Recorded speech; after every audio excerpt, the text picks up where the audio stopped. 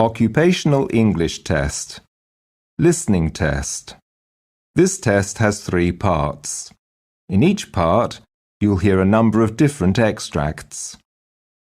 At the start of each extract, you'll hear this sound. You'll have time to read the questions before you hear each extract, and you'll hear each extract once only. Complete your answers as you listen. At the end of the test, you'll have 2 minutes to check your answers. Part A. In this part of the test, you'll hear 2 different extracts.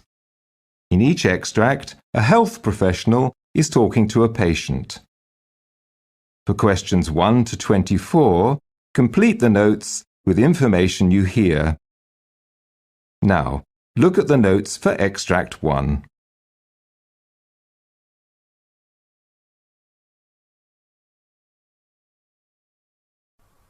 Extract 1. Questions 1 to 12. For questions 1 to 12, complete the following notes with a word or short phrase. You now have 30 seconds to look at the notes.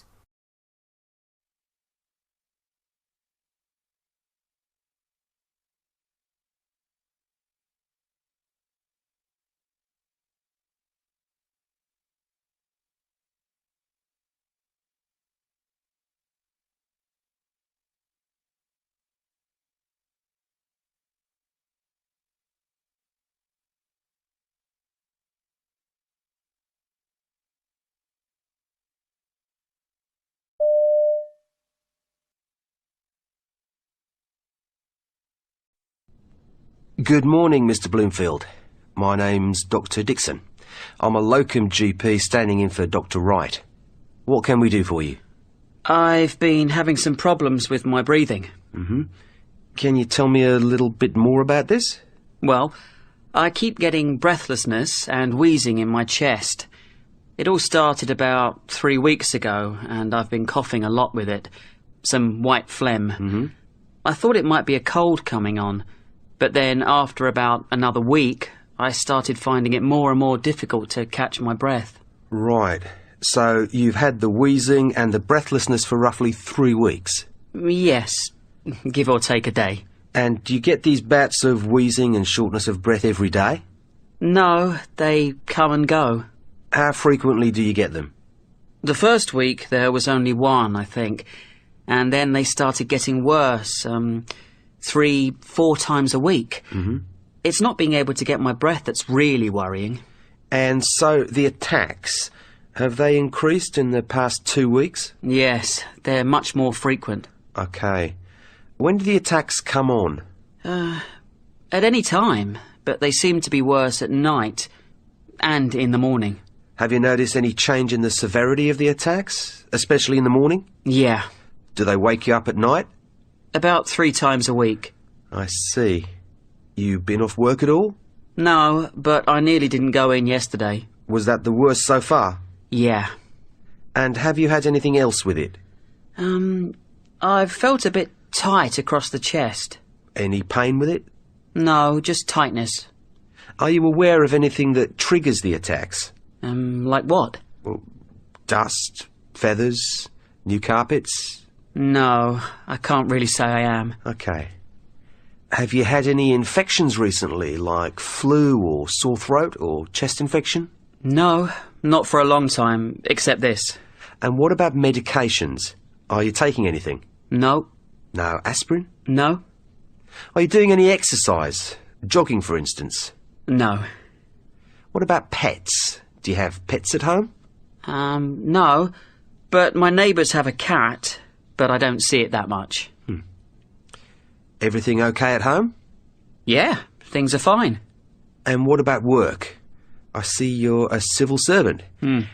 Any stress or problems at work or anything like that? Work's been getting me down recently. In what way? Well, there's been a lot of changes going on recently, and I suppose I'm a bit anxious, what with the mortgage and that. And this has been getting to you? Yes, more and more. I see. And does the wheezing, etc., continue over the weekends?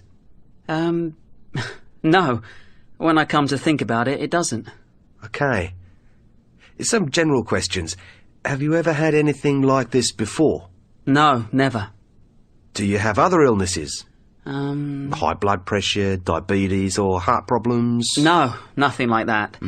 This is the first time I've been ill in my life. Has anyone in your family had anything similar? No, not as far as I know.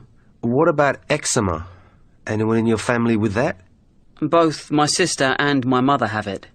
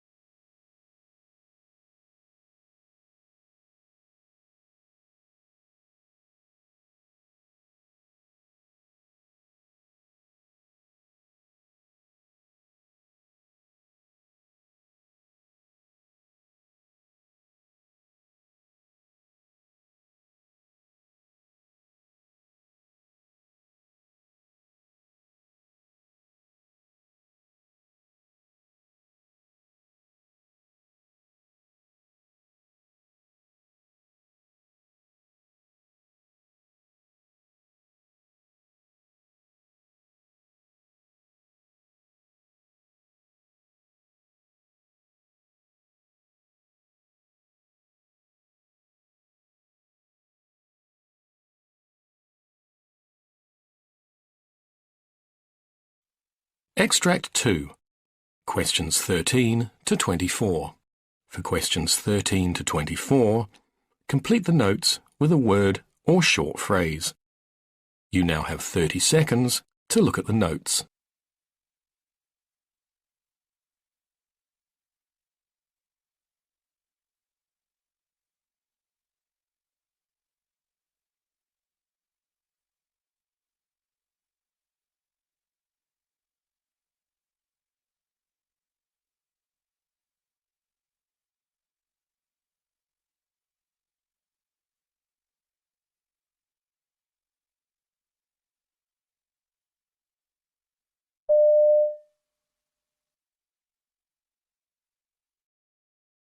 Barbara Roberts. Yes, good morning. Hello there. My name's Hello. Dr. Beddy. I'm one of the new GPs in the practice. First of all, what would you like me to call you? Well, you can call me Barbara, that'll be fine. Thank you. Okay, that's fine. Okay, so Barbara, I'm seeing you today, but I think it's usually Dr. Brown that sees you, is that right? Yes, Dr. Brown's my doctor. Okay. What is it that's brought you to see me today? Well, I've come about my tummy problem. I've got terrible trouble with my stomach, and Dr. Brown just doesn't seem to be able to get to the bottom of it. And I thought perhaps I'd come and see you to see if you could help. Right, okay. Can you tell me a bit more about your tummy problems? Well, I have this terrible discomfort nearly all the time. It very often feels bloated. I swing between being constipated and having diarrhoea. I have sort of cramping feelings sometimes, and other times it stabs. It's a real stabbing feeling. I often have the urge to go to the toilet, and I pass very smelly wind. Right. So quite a few symptoms there, and some of them sound quite Yes. troublesome to you. Yes. Okay. And how long has this been going on? Well, I've traced it back to a holiday I had in Egypt about 4 years ago. I had a horrible bout of sickness and diarrhoea, and And what sort of treatments have you tried for this before? well, Dr. Brown gave me some muscle relaxants at the beginning. But I've been to the health shop, and they've been really helpful. They've given me lots of different tablets and medicines Right. for different things. And Imodium. Right. I have Imodium in my handbag all the time, just in case. Right. Yeah. So these different tablets that you've got from the herbal shop, how are you taking them? What about tests? Have you had any tests for these problems? Yes, I had in the early days. I had a what are they called? Gastroscopy. Was That's that the tube it, down yes, from the top? yeah. Okay. And at the same time, I had a barium enema. Right. That was very uncomfortable. Okay. But no, I've tried. Well, I mean, it sounds like you've had these problems now for about 4 years. You've got a lot of various symptoms in your stomach. You've tried a lot of tablets, some prescribed, some herbal remedies, and you've had some investigations, but you're not entirely happy that you've been investigated thoroughly enough. Is that about? I'd say so. Have I got the story right? Yes. Okay. And I know you've been seeing Dr. Brown about this for the last few years. What is it that he's said that he thinks might be wrong with you? Well, he thinks it's all in my head. Right. You know, I mean, it can't all be in my head. I get too much physical pain for it to be in my head. I mean, it's real. It's a real pain. And have you had any thoughts yourself about what you think might be causing it? Well, I mean, I did think that perhaps it was an infection that hadn't cleared up in the early stages, but I think, I mean, sometimes I think it's IBS. A friend of mine's got that and it sounds similar. And then other times I'll think, I wonder if it's an ulcer. Right. On a really bad day, I start to think it might be cancer. Right. Given that we've tried medication for you and we've tried investigations and we've drawn a blank really with those, none of those have really helped you. No. I guess I'm wondering whether now it would be a good idea to try a different approach to your problems. Oh, I don't know. I don't know. And I guess what I'd be wondering is whether one of the approaches we need to be using now is thinking about what you do with your life and what you do with your day, and maybe trying to bring back some of those pleasurable things, you know, even if it's just meeting up with your female friends once a week, and whether actually doing those sorts of things might generally improve your quality of life.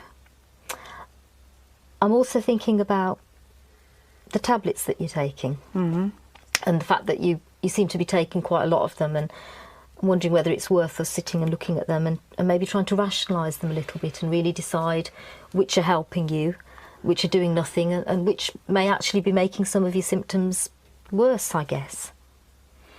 What would you think about trying that slightly different approach for, say 2 or 3 months, just to see whether or not it makes any difference? Well, 2 or 3 months is a long time if there is something going on. I mean, that's what happened to my mother-in-law. You know, they left her and didn't spot it. And well, I guess if we did decide to work together like this, this new approach, I'd be seeing you regularly. We can keep an eye on your symptoms, and if they change, then we can investigate as appropriate. But if they stay the same, then, you know, we could be pretty clear that there's nothing new happening that we're missing.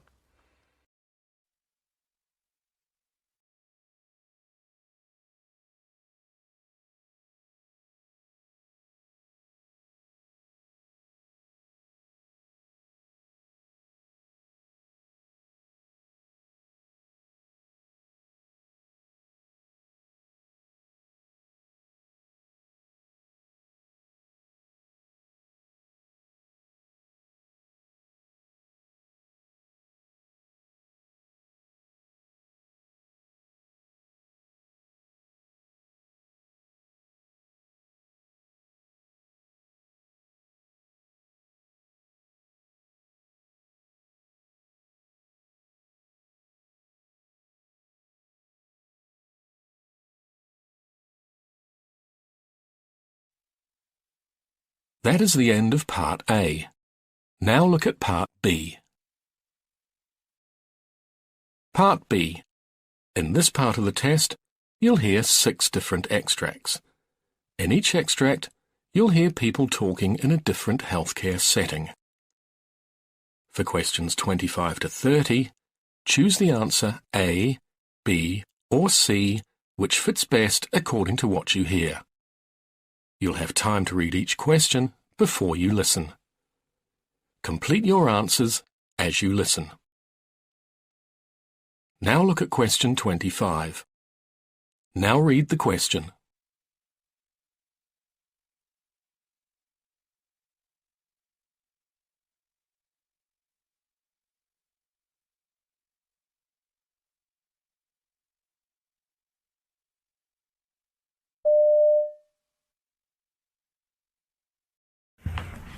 Okay, afternoon, guys. I'm sorry, it's been a bit of a short notice. We've been having a few incidents of IV Jelco infections.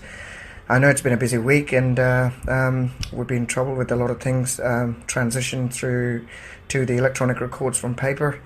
But we need to know that documentation is our responsibility. We need to make sure that Jelcos, once you insert them, you need to document it. We need to check on the patient. We need to work as a team. The handover should be precise, and we need to check all these factors. We need to bring down these incidents. We can't allow these to happen. Last year we had a patient died of an infection, so we need to make sure that it doesn't happen again. So that's why I called you guys up. Let's start our day by not killing a patient. How about that?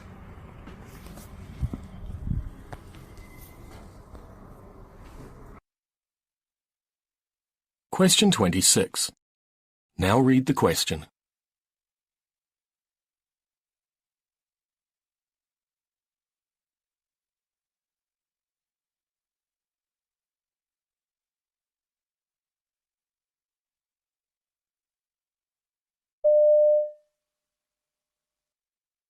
During your stay, we will work to keep you as comfortable as possible. Unfortunately, it is unrealistic to feel zero pain after surgery.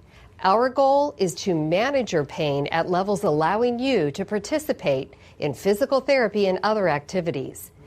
We have many tools to attack pain, starting with the peripheral nerve catheter, or PNC, inserted into your operative leg by the anesthesia team. The PNC delivers numbing medication to surround the nerve that supplies feeling to your hip or knee. We supplement the PNC with other medications as needed, either in pill or IV form. One big help in controlling your pain is to keep your new joint active by moving and working with therapy. Lying in bed too long can result in more pain as the joint grows stiff. In addition to pain medication, you will receive a 10-day supply of Lovenox.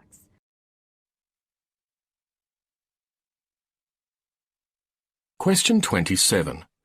Now read the question.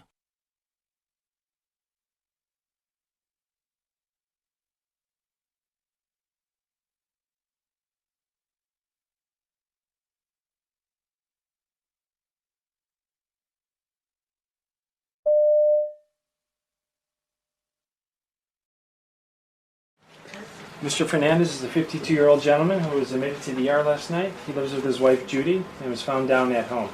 They also noted he had lower extremity swelling for 5 days and was experiencing some shortness of breath and weakness. When they arrived to the emergency room, he was found to be in atrial fibrillation with a rapid ventricular rate between the 150s and 160s. After 2 boluses of diltiazem, he was started on a drip. He has 2 peripheral IVs, an 18 gauge in his left hand and an 18 gauge in his left. Both were started in the emergency room. Mr. Fernandez is a high fall risk because he fell at home. His bed alarm is on at all times and his call bell is within reach. Mr. Fernandez, since you fell at home, you're considered a high fall risk, so we need to keep the bed alarm on at all times, okay? Okay. And if you need any when you get up, you need assistance, so make sure that you call when you're getting out of bed. I will use this red button on this. Okay, so we can count on you guys to call when you need help, right?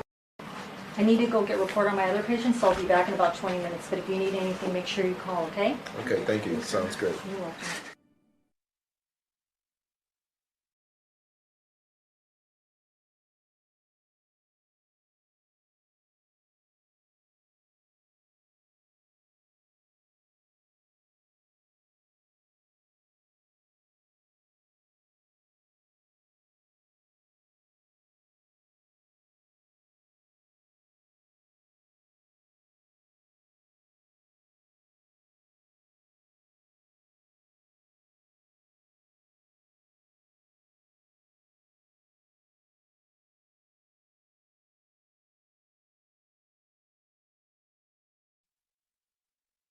Question 28.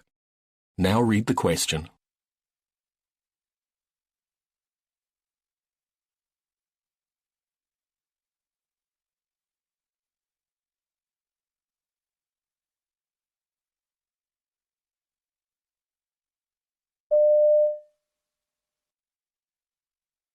I've been a nurse for about 11 years now. I started off in cardiac, which I loved, but I was working nights and I wasn't in love with that. And then after that, the school where my kids go to school opened up, and so I was a school nurse for several years. And during that time, I just felt like I had a lot of kiddos coming to me with just a variety of issues that were more behavioral issues, such as they were maybe harming themselves in some way, or maybe having some really big anger issues that they did not really know how to cope with or deal with. And I would try to help them as best as I could and get them some community support. But I really felt like I did not have all of the answers that I personally felt like I needed, or I felt like I needed a little more training. So I ended up leaving the school and working full-time. Question 29. Now read the question.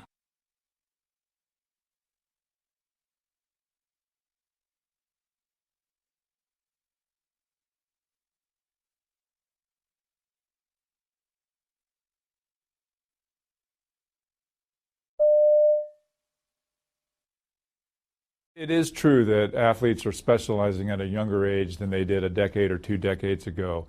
And that does create overuse problems with doing the same repetitive motions year-round, which is why we typically recommend for kids, hey, enjoy everything, be involved in everything, do a lot of different things.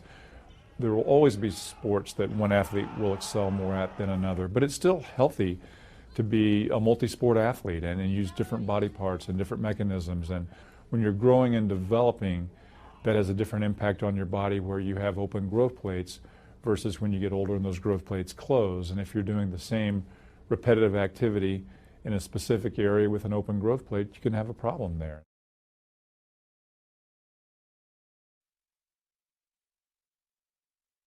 Question 30.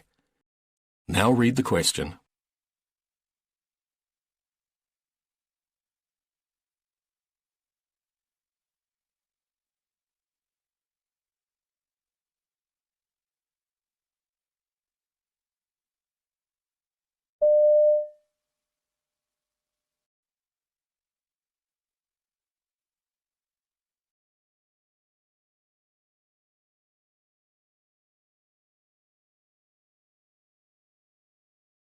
This is one of our mannequins, the SimMan Essential. He is capable of being a healthy patient. We can also program in variables on him that cause him to be unhealthy patient as well, because as we know, most of our patient population these days aren't your typical healthy patient. So when we bring the students into the room for the simulation, they are able to do an assessment of listening to heart and lungs on our mannequin. They can do a neurological evaluation of his eyes as well. Shortly thereafter, then, we go ahead and start the anesthetic procedure. So we start by giving him some oxygen by the mask. Obviously, he's still awake at this point in time. And then the students are expected to start the drug administration. And I am on a computer in a different room able to program the drugs that the students are giving. And then the mannequin responds to the drugs by either, going to sleep or getting sleepy. So that the students then can carry on the procedure that has been outlined for them. What's neat about these mannequins, we can mask ventilate them, we can put special airway devices in like an endotracheal tube. If they don't happen to get the endotracheal tube in the right spot, he has a blue light that'll light up in his mouth to show them the patient is not getting enough oxygen. I'm on the control and I can make the heart rate and the blood pressure change parameters as well. So it's a learning experience for them so they can identify maybe they didn't put the endotracheal tube in the right place. He also has IV access, so we can do IV practice on him. We can give the drugs through the IV. That's typically how you do it in the anesthesia.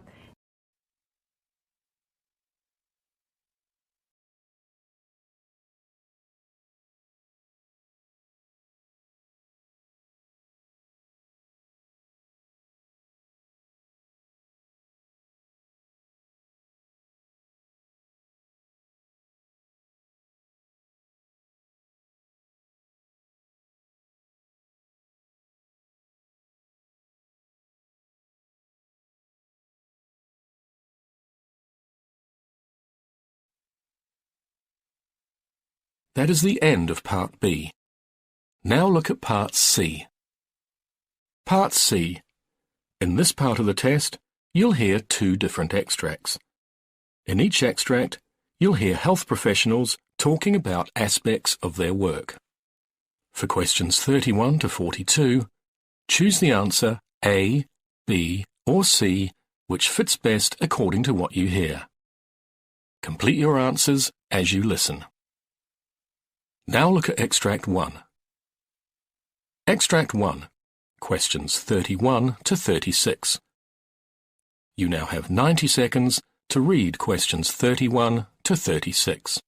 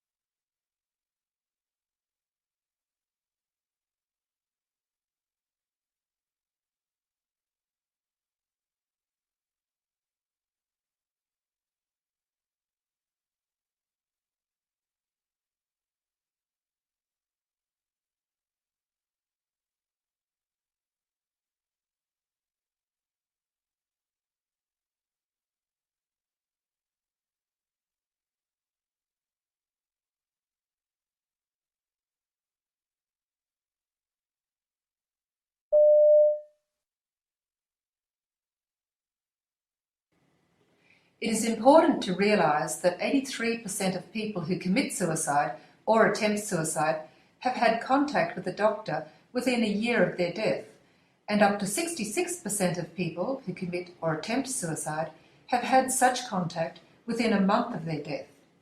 Therefore, with better prevention techniques, these figures could be reduced. We can divide suicide prevention into 3 categories, which are primary, secondary, or tertiary.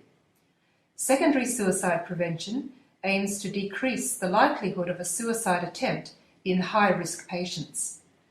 Tertiary suicide prevention occurs in response to completed suicides and attempts to diminish suicide in a particular geographical area or in a particular age group.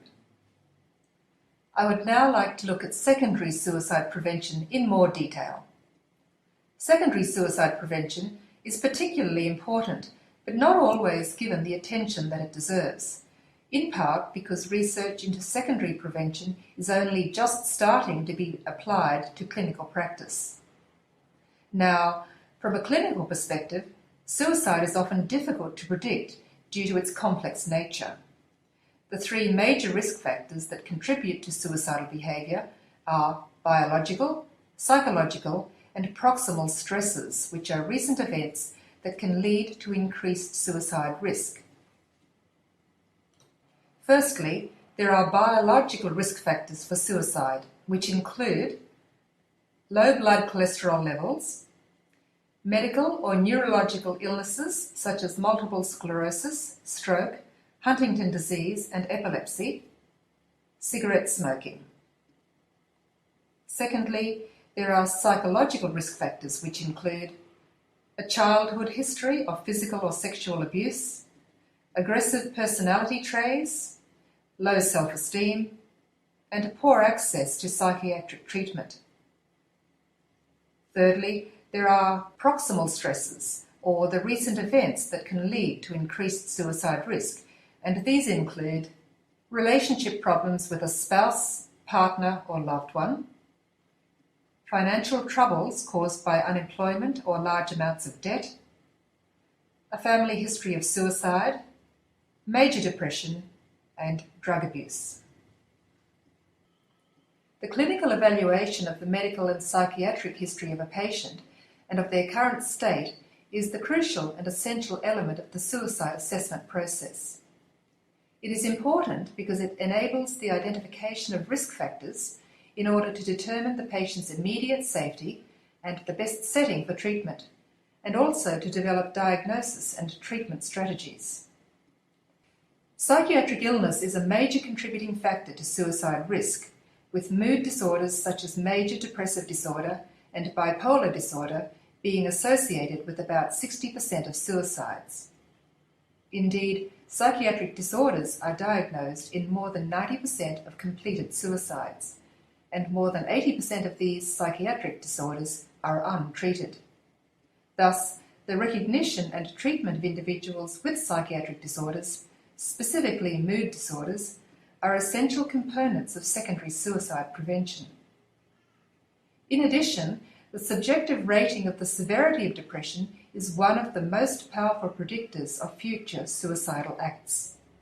Therefore, assessing and managing depression, as well as being aware of the suicide risks in psychologically, medically, and neurologically disordered individuals, is an important aspect of secondary suicide prevention.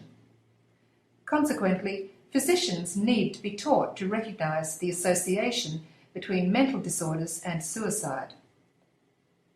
Additional information about the individual who may be at risk for suicide, such as medical and psychiatric treatment records and toxicology screenings, should also be incorporated into the assessment. Equally importantly, clinicians and other professionals in a position to offer help should not hesitate to ask patients about suicidal ideation because, while it may seem surprising, patients will often talk frankly about their suicidal thoughts and tendencies if given the opportunity. Failure to ask about suicidal ideation may be related to the health professional's discomfort with the topic, lack of time, or lack of skills in this area. Clinicians need to overcome these obstacles to provide appropriate care to their patients. What are the most effective secondary suicide prevention strategies? In a recent systematic review of suicide prevention strategies, Mann, along with other researchers, found evidence of effectiveness in 5 secondary suicide prevention methods, including pharmacological interventions, psychological interventions, follow-up care, reduced access to lethal means, and responsible media reporting of suicide. Antidepressant medications are the most widely used pharmacological interventions in secondary suicide prevention, but studies of their effectiveness in reducing suicide attempts have had mixed results. Among adults younger than 25, the effect of antidepressants seems to be neutral on suicidal behaviour, but it seems to reduce the risk of suicidal behaviour in the elderly. Thus, the relation between antidepressants and suicide needs further studies before this class of drugs can be safely used for the secondary prevention of suicide. In terms of psychological interventions, suicidal patients often benefit from therapies that address the repetition of suicidal thoughts and behaviours, and other factors commonly associated with suicide. Better psychological and pharmacological treatment of depression and alcoholism also appears to decrease suicide rates. Social factors that should be addressed in follow-up treatment include availability and willingness of supports within the family. Support individuals who should be contacted about the suicide risk and follow-up arrangements include general practitioners, private psychiatrists, family and friends. Some interventions, however, such as telephone and psychosocial follow-up, have shown no difference in suicidal ideation when compared with standard aftercare. Many studies show that suicides by particular methods, for example, firearms, domestic gas or pesticides, decrease after the introduction of legal restrictions that reduce access to such means. This reduction in suicide rates is particularly influential in regions where the specific means of restriction correlates with a common method of suicide. For example, in the UK, the reduction of carbon monoxide in domestic gas since 1958 and the reduced availability of analgesics since the mid-1990s have both decreased UK suicide rates. Finally, many studies have exposed a need for a decrease in reporting of suicide and for responsible reporting. Media blackouts in reporting suicide have coincided with a decrease in suicide rates because reports of suicide in the media tend to glamorize suicide for vulnerable individuals. The internet is also of increasing concern, with blogs and chat rooms providing accessible instructions for suicide. For these reasons, guidelines have recently been produced for the responsible reporting of suicide. Despite our increasing knowledge about secondary suicide prevention, there are still many gaps in the research, and looking to the future, thorough evaluations and appropriate treatments of patients with depressive disorders and other psychiatric illnesses should help to improve the efficacy of secondary prevention of suicide. But it is also clear that more research into new approaches for the prevention and treatment of suicidal behaviour remains essential.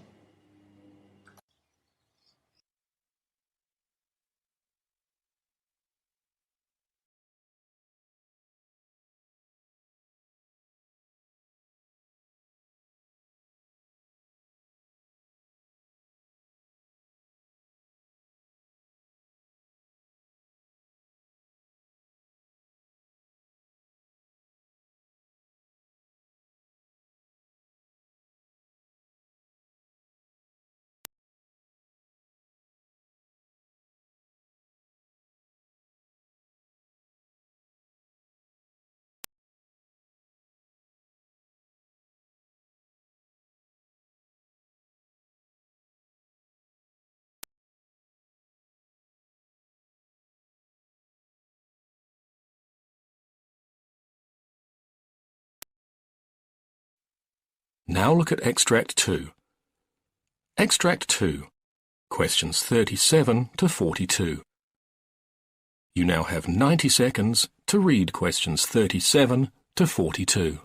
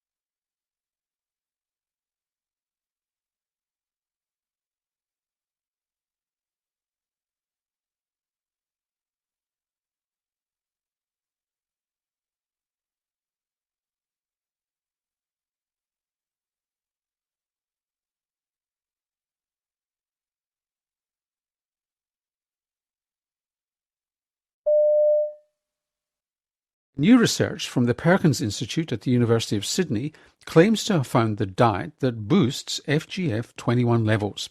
One of the lead scientists on the study was Samantha Solon-Biot of the Perkins. Welcome to the Health Report. Thank you for having me. So what is this stuff, FGF21? I mean, it's almost eye-crossingly complicated from the look of it. Yeah, it seems complicated, but it's actually not. And recently, there's actually been an immense amount of interest in fibroblast growth factor 21, or FGF21. And this hormone has actually recently been called this fountain of youth hormone, which we know can be influenced by diet. And the reason why FGF21 is so interesting is because high levels of this miracle hormone, as it's called, has actually been shown to play a huge role in influencing appetite, improving metabolic health and immunity, and even extending lifespan in mice.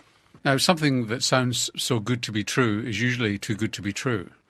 At this point, there are no adverse effects shown with increased levels of FGF21. In fact, a lot of studies are now being done to investigate FGF21 as a therapeutic target for the treatment of diabetes and cardiovascular disease. Let's just double back, Sam. A year or so ago, we had Steve Simpson, who's the director of the Perkins Institute, talking about this 25 diet study where they studied 25 diets in mice to see if you could replicate the life-prolonging effects of a low-calorie diet. Where extremely low-calorie diets in some animal species, in fact all animal species, it seems, apart from humans because it's not been proven yet, increases life expectancy or lifespan. Is the FGF21 really the heart of this matter? We think it actually could be. Certainly in this study, we've shown that a diet low in protein and high in carbohydrate is the most effective way to increase levels of this miracle hormone.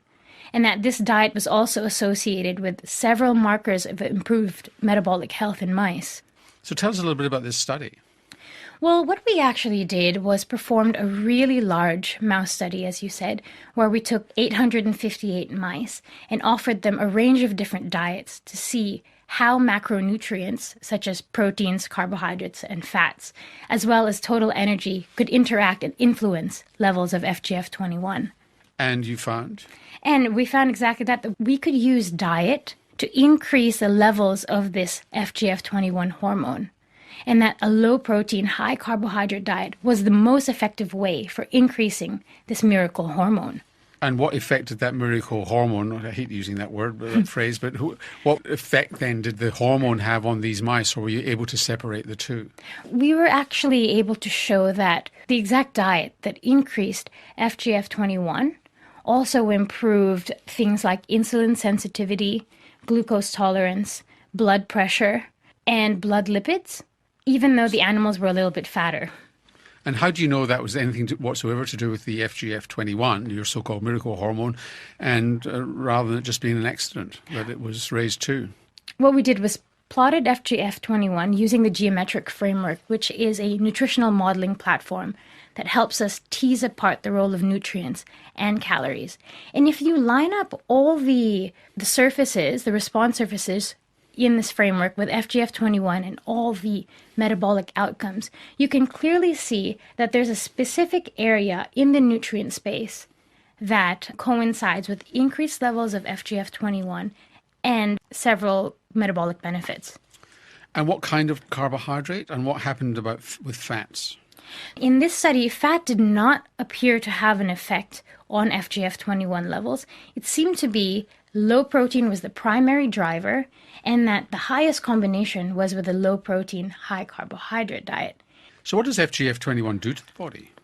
And that's a really good question. And that's really the next step of our study. We want to understand how FGF21 signaling works in response to diet to mediate all these beneficial outcomes. Do we know that there are any medications affected? At this point, no. It seems that it goes up with starvation, it goes up with overfeeding.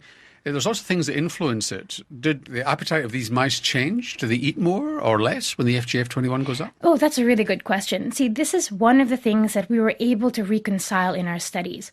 As you mentioned, a whole range of literature in previous studies have shown that FGF21 is elevated in many paradoxical conditions such as starvation and obesity, high intake of food and low intake of food, as well as in insulin resistance and in insulin sensitivity. So what is going on here? Using the geometric framework, we were actually able to tease apart these findings, showing that reduced protein intake is the primary driver of FGF21. Okay, so what happens in mice does not necessarily happen in humans.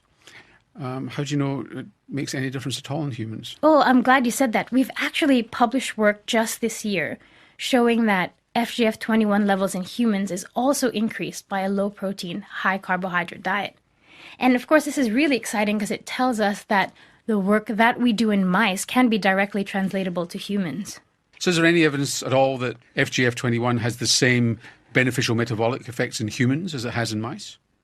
Yes, there is definitely evidence to suggest that high FGF21 levels is directly related and associated with several benefits of metabolic health in humans as well. So we should put it in the drinking water then, do we? Yeah, probably. That seems to be the case, yes. How would it work? I mean, obviously a hormone like this is probably destroyed in the stomach. This is not something that you would give directly to people, I assume, in the therapeutic context? At the moment, it's difficult to do chronic administration to humans. So what's happening in terms of drug development is trying to develop mimetics of FGF21 and analogs. So not exactly administering this hormone per se, because it would require chronic injections or chronic administration. So almost nothing that's touted as a breakthrough or a miracle by scientists turns out to be so. What are your modest expectations of FGF21 in humans? Well, in humans, we actually think that FGF21 is extremely promising.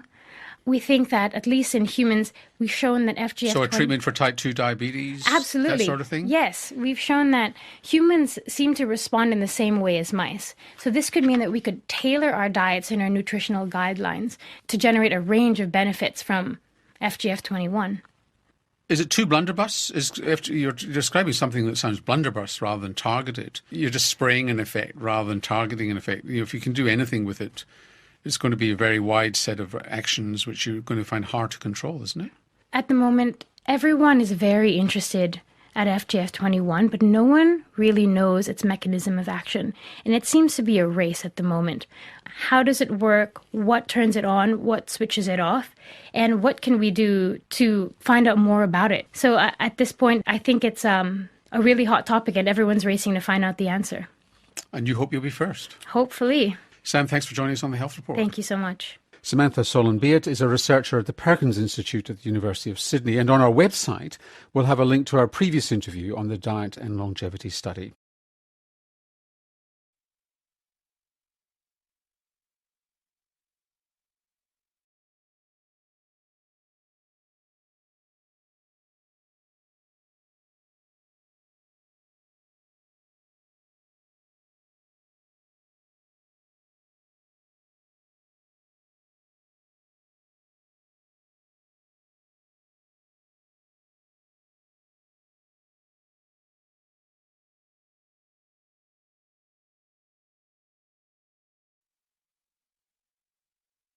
Now look at Extract 2.